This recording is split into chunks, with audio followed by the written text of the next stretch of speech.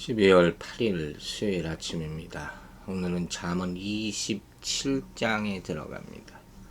자, 27장 1절부터 4절까지의 말씀을 먼저 보겠습니다.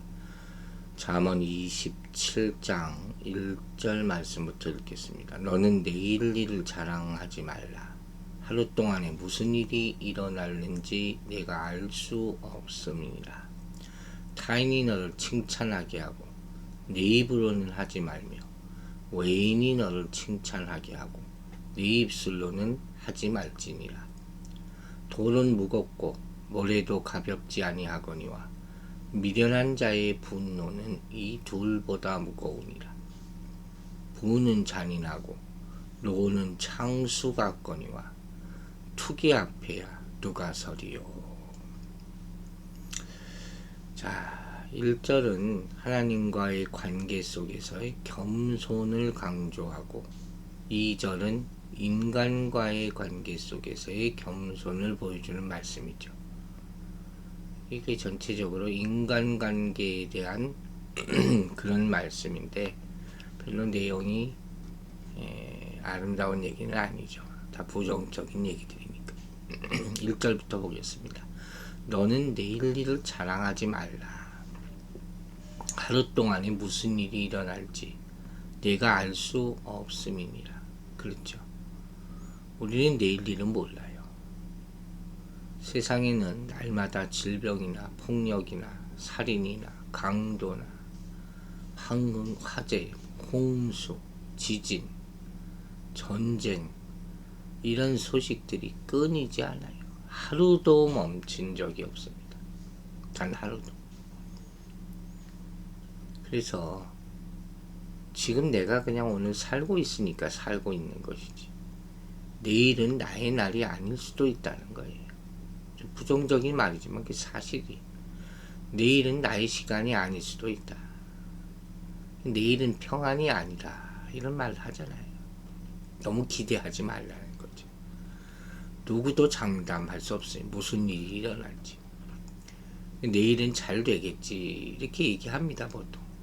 근데 너무 낙관적으로 살아도 문제가 있을 수 있다는 거죠. 내년부터 열심히 합시다.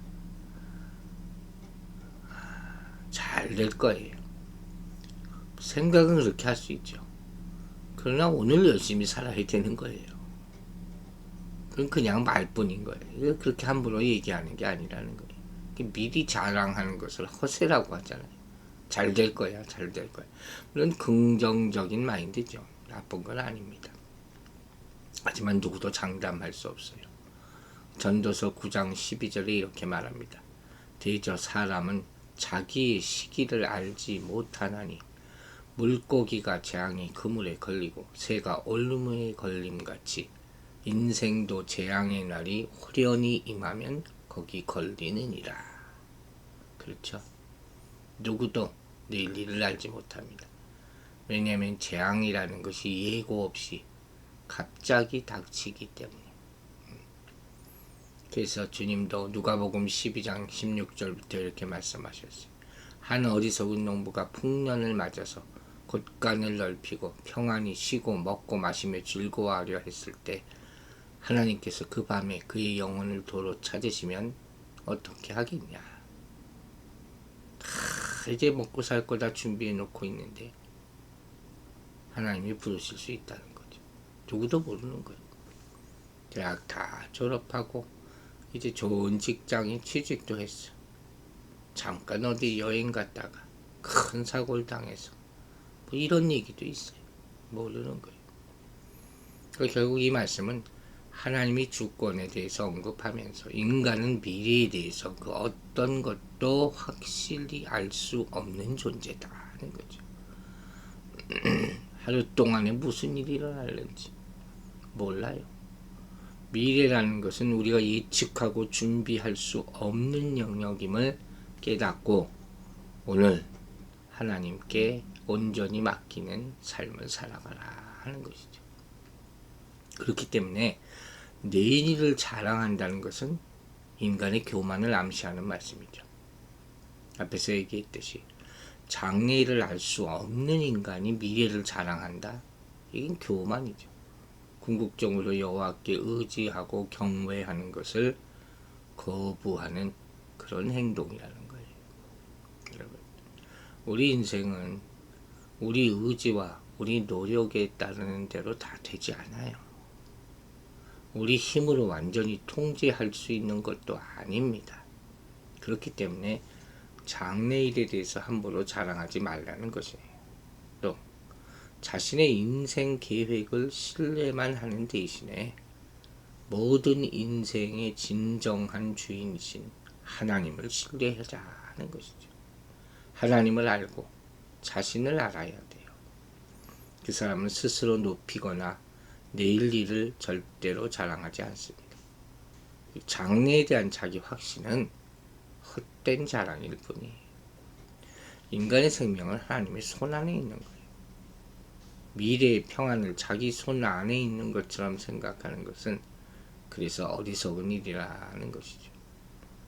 다윗은 시편 31편에서 이렇게 말합니다. 내 시대가 주의 손에 있사오니 내 원수와 핍박하는 자의 손에서 나를 건지소서. 야고보 사도는 내일 일을 너희가 알지 못하는도다. 너희 생명이 무엇이뇨? 너희는 잠깐 보이다가 없어지는 안개니라. 너희가 도리어 말하기를 주의 뜻이면 우리가 살기도 하고 이것저것을 하리라 할 것이거늘. 이제 너희가 허탄한 자랑을 자랑하니 이러한 자랑은 다 악한 것이라 하고 야고보서 4장 14절부터 교훈하고 있습니다. 내일 일은 난 몰라요. 하루하루 살아요. 찬송하지 않습니까? 명심해야 할 것이 2절을 보면 스스로 칭찬하지 말라. 타인과 외인이 칭찬하게 해야 된다는 거죠. 칭찬이라는 게 뭡니까? 인간의 덕, 인품, 능력, 행위, 업적 이런 것들을 인정해서 높여 말하는 게 칭찬이에요. 그러나 사람이 자기 자신을 칭찬하는 것을 뭐라고 합니까? 자화자찬이라고 그러죠.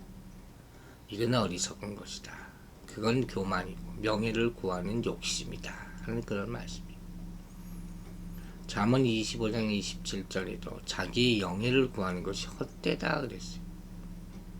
바벨론 왕 느부갓네살은 이 큰 바벨론은 내가 능력과 권세로 건설하여 나의 도성을 삼고 이것으로 내 위엄의 영광을 나타낸 것이 아니냐 그렇게 말합니다. 그러자 하늘에서 어떤 음성이 들려옵니까? 느부갓네살 왕아, 나라의 위가 네게서 떠났느니라. 그러자마자 그 교만한 말을 하자마자 망하는 것이죠. 이 다니엘서 4장에 나오는 말씀이에요. 거짓 교사들이 항상 이렇게 자기를 스스로 높이죠. 스스로 칭찬하고. 여러분, 우리는 자화자찬하는 것, 스스로를 칭찬하면서 남에게 인정받으려 하는 것, 그런 욕심을 버려야 돼요. 뭐 요새 그렇게 세상에서 사는 사람들이 너무 많죠. 이게 너무 지나친 것 같아요. 어느 정도는 봐줄만 한데 너무 지나치면 그 문제입니다. 우리는 궁극적으로 하나님께 칭찬과 인정을 받는 사람이 되어야 할 줄로 믿습니다. 자신을 칭찬한다는 것은 명예만을 추구하는 교만한 욕심이라는 거예요. 이것도 결국 불신앙으로부터 나는 것이다 하는 거죠. 3절 말씀을 보면 인간관계에서 피해야 할 부정적인 요소들을 보여주고 있어요. 이 3절은 무거운 돌과 무거운 모래를 먼저 지시하고 그리고 미련한 분노가 이 돌보다 무거우니라. 분노가 이 무거운 돌이나 모래보다도 더 무겁다 하는 그런 상징적인 표현이죠. 여기 나오는 미련한 자는 이 12장 16절과 29장 9절을 참고해 볼 때 심술궂고 성급한 성격을 가진 자로 볼 수가 있어요. 이 구절에 사용된 비유 방식은 뭐뭐는 뭐뭐보다 나쁘다 하는 그런 비유죠. 그래서 이 본문을 의역하면 미련한 자가 분노하는 것은 돌이나 모래가 무거운 것보다 나쁘다 이렇게 표현할 수 있어요. 구약에서 모래는 셀 수 없이 많은 것을 상징하는 비유로 자주 언급되죠. 셀 수 없이 많은 것. 그래서 그 무게는 상상할 수 없을 정도로 무겁죠. 근데 잠언 기자는 미련한 분노가 이보다 더 무겁다, 이렇게 표현함으로써 미련한 자가 분노를 표출하는 문제가 얼마나 심각한가를 강조하는 것이죠. 왜 그렇습니까? 바로 그 후에, 그 분노를 표출한 후에 어떤 일이 있을지 생각도 안 하고 앞뒤 돌아보지 않고 화를 내는 사람들, 그 결과가 불을 보듯 뻔하기 때문에. 그래서 미련한 자는 노하기를 잘한다는 거예요. 미련한 자는 분노를 당장에 나타낸다고 잠언 12장 6절에서 말했어요. 사람이 쉽게 화를 내면 실수하게 돼요. 잘못을 범하기 쉽다는 것이죠. 또 미련한 자는 모든 일을 자기중심적으로 생각하며 화를 내. 그러니까 화를 내는 거죠. 자기 마음대로 안 되니까. 자기 스스로에게 화를 내고 남에게 화를 내고. 즉 이 말은 절제심도 없다는 거예요. 자기의 분을 자기가 컨트롤하지 못해. 그래서 미련한 자가 분노를 내면 그 분노를 가라앉히기가 어려운 것이죠. 미련한 자가 분노하면 그 사람과 이성적인 대화가 불가능하고, 법, 경우, 원칙, 이거 다 소용없어요. 화내면 이성을 통제가 안 되는 거예요. 그래서 이런 어리석은 자의 분노는 엄청난 돌보다 더 무거운 중압감에게 주변 사람들에게 나타난다는 그런 표현이에요. 만약 혹시라도 지금 타인에게 주어진 상황에 쉽게 분노하고 있다면, 다른 사람 아니면 나에게 주어진 상황 가운데서 화가 난다면, 이는 자신의 기준과 다르기 때문에 못마땅하게 여기는 이기적인 반응이라는 것을 깨달아야 돼요. 혼자만 그러는 거예요. 그게 어리석다는 거예요. 하지만 지혜자는 쉽게 분노하지 않는다 그랬어요. 책망을 들을지라도 오래 참고 자신을 성찰하고 반성하고 회개하고 고칠 기회로 삼는다는 거예요. 그래서 잠언 12장 15절에 미련한 자는 자기 행위를 바른 줄로 여기나 지혜로운 자는 권고를 듣느니라, 이렇게 말하는 거예요. 분을 다스릴 줄 알아야 해요. 하나님의 은혜를 먼저 생각하며 자신을 낮출 줄 알아야죠. 우리는 이렇게 분을 내기를 컨트롤할 수 있는 그런 이성적인 사람으로 살아야 할 줄로 믿습니다. 이제 4절을 보니까 부는 잔인하고 노는 창수 같거니와 투기 앞에야 누가 서리요, 이렇게 말했어요. 노가 창수 같다. 창수는 해일이 해일처럼 물이 불어서 넘치는 것이죠.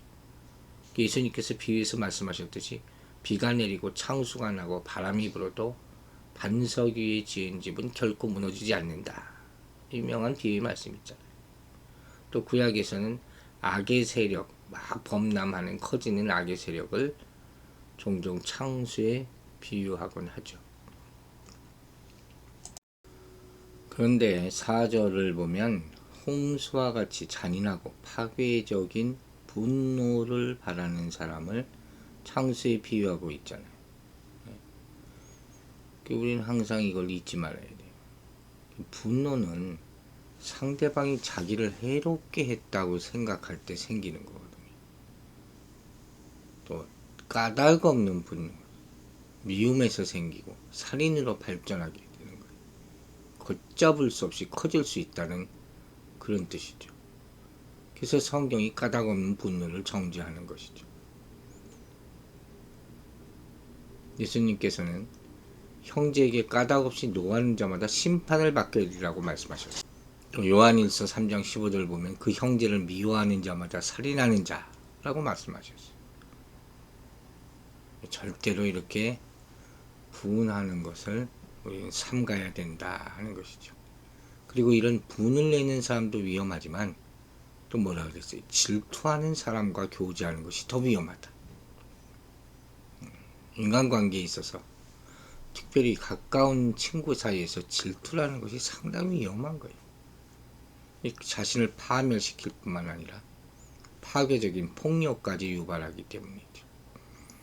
투기라 질투라는 것이 상대방이 잘 되는 것을 싫어해서 생기는 미움의 감정이거든요. 쓸데없는 경쟁심이다 이렇게들 말을 합니다. 그러면 이것이 왜 이렇게 나쁜가? 분노보다 더 나쁘다 했잖아요. 크게 세 가지 이야기를 하고 마칩니다. 그 이유, 첫 번째, 그 이유가 부당하기 때문이에요. 투기는, 이 질투는 미워할 정당한 이유가 없는 경우가 많아요. 가인이 동생 아벨을 미워하잖아요. 시기하잖아요. 무슨 이유가 있어요? 자기가 잘못해놓고.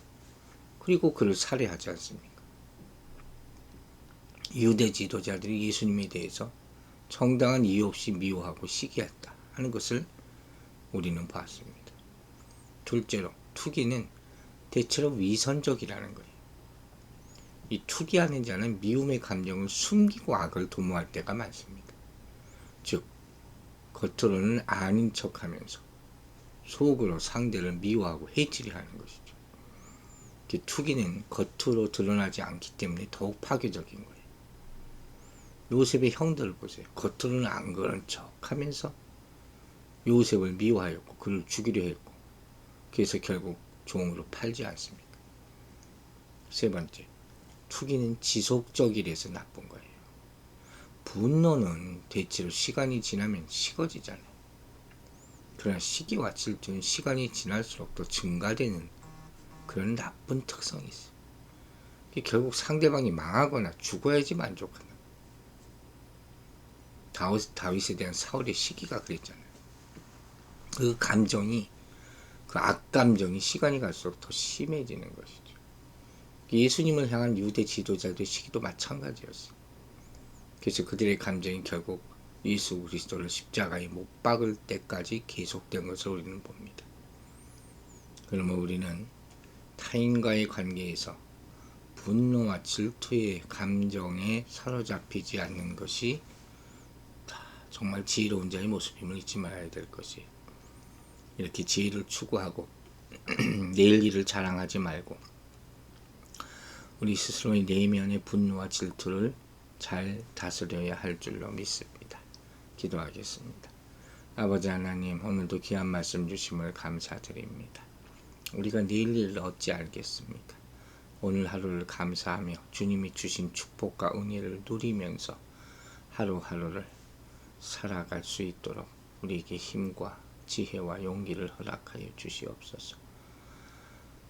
우리가 사는 데 있어서 꼭 필요한 게 하나님의 인도하심과 또 구원의 은혜임을 한시도 잊지 말게 하여 주시고, 헛된 꿈을 꾸지 말고 오늘 감사하면서 주님의 영광을 나타내는 인생 살게 하여 주시옵소서.